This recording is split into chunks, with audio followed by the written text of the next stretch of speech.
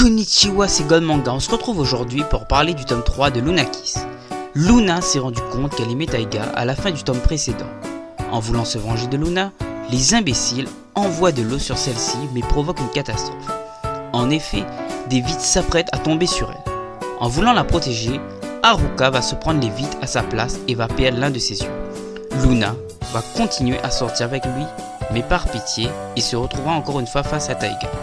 Ce qui ne manquera pas de faire ressortir ses pressentiments ainsi que la jalousie d'Haruka. Un fait inattendu va se produire et Haruka va retrouver la vue. La cousine des jumeaux va lui conseiller de jouer la comédie et ne rien dire à Luna pour que celle-ci reste avec lui.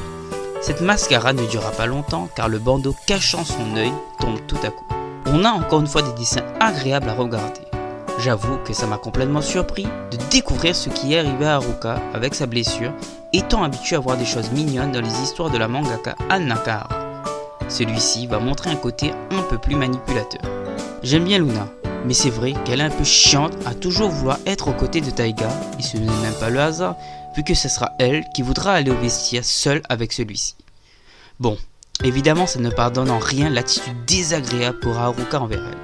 Et elle voulait même lui avouer la vérité avant l'accident. Par contre, on peut constater que le caractère de Luna est bien respecté. Celle-ci, qui est amoureuse de Taiga, a un grand cœur et souhaite sacrifier sa vie en restant avec Haruka. Haruka, qui est conscient de la situation, mais qui en profite quand même. Son grand cœur la pousse justement à aussi vouloir protéger Taiga.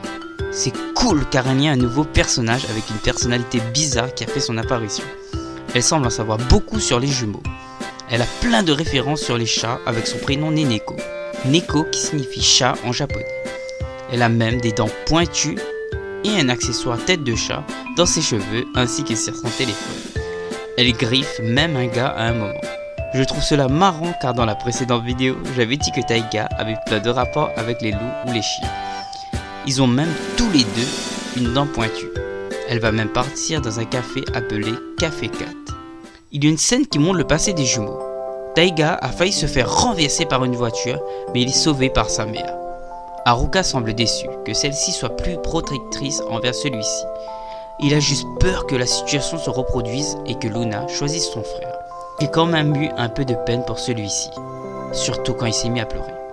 À la fin du tome, il commence même à se rendre compte qu'il a eu une mauvaise attitude envers elle et le regrette. Encore une fois, les phéromones de Luna n'ont étrangement pas eu d'effet sur Haruka. Ça commence quand même à me saouler de ne pas connaître le secret de Taiga. J'espère qu'on va enfin le découvrir et que ça aura valu la peine d'attendre. C'est dommage que les parents et les nounous Sferatu ne sont pas trop apparus. Je les aime bien. Peut-être que c'est parce qu'ils sont drôles et que ce tome se voulait être un peu plus sérieux. J'ai trouvé ce tome assez intéressant grâce à son côté un peu plus sombre. Ann Nakahara arrive tellement bien à faire ressortir les émotions que le manga cherche à transmettre grâce à sa manière de dessiner les cases, aussi grâce au trame choisi, ainsi qu'à la façon dont elle a représenté les expressions des personnages. Même les phylactères sont bien choisis.